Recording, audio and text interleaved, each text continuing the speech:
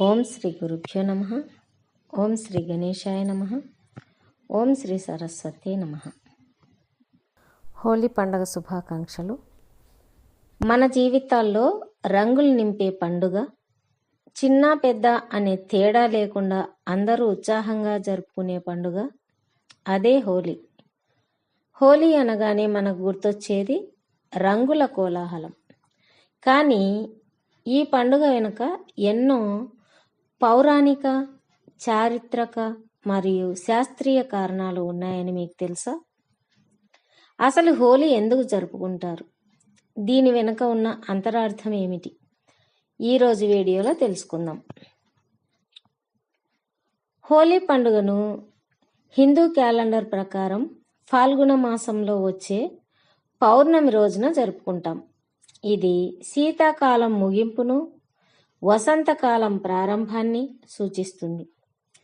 ప్రకృతి అంతా కొత్త చిగుళ్లతో, రంగురంగుల పూలతో కలకలలాడే సమయం ఇది.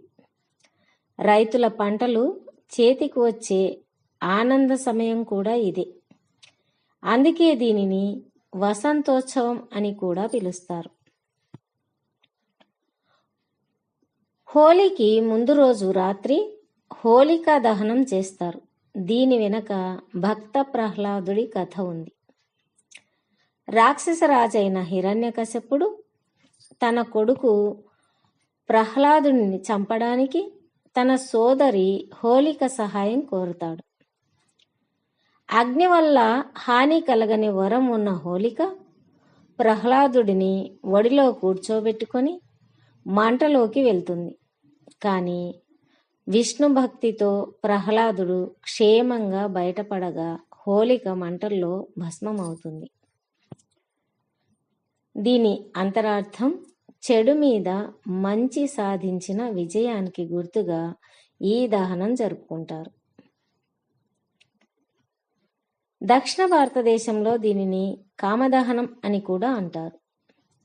పురాణాల ప్రకారం శివుడి తపస్సును భంగం కలిగించడానికి ప్రయత్నించిన మన్మధుడికి మరో పేరు కాముడు. శివుడు తన మూడో కన్ను తెరచి భస్మం చేసిన రోజు ఇదే.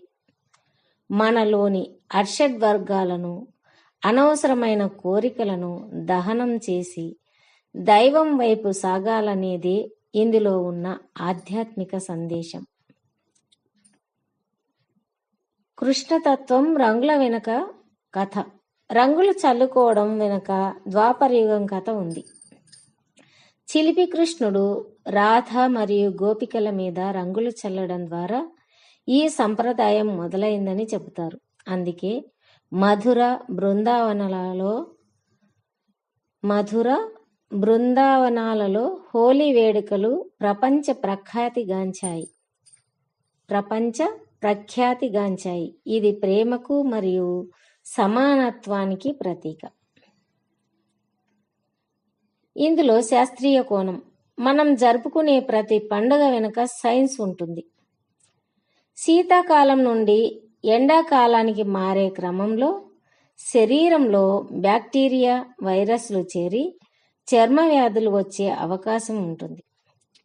పూర్వకాలంలో హోలీ రంగులను మోదుగ పూలు, పసుపు, కుంకుమ, వేపాకులు వంటి ప్రకృతి సిద్ధమైన మూలికలతో తయారు చేసేవారు. ఈ రంగులు చర్మంపై పడినప్పుడు వాతావరణంలోని సూక్ష్మక్రిములను నాశనం చేసి ఆరోగ్యానికి రక్షణ కలిగిస్తాయి.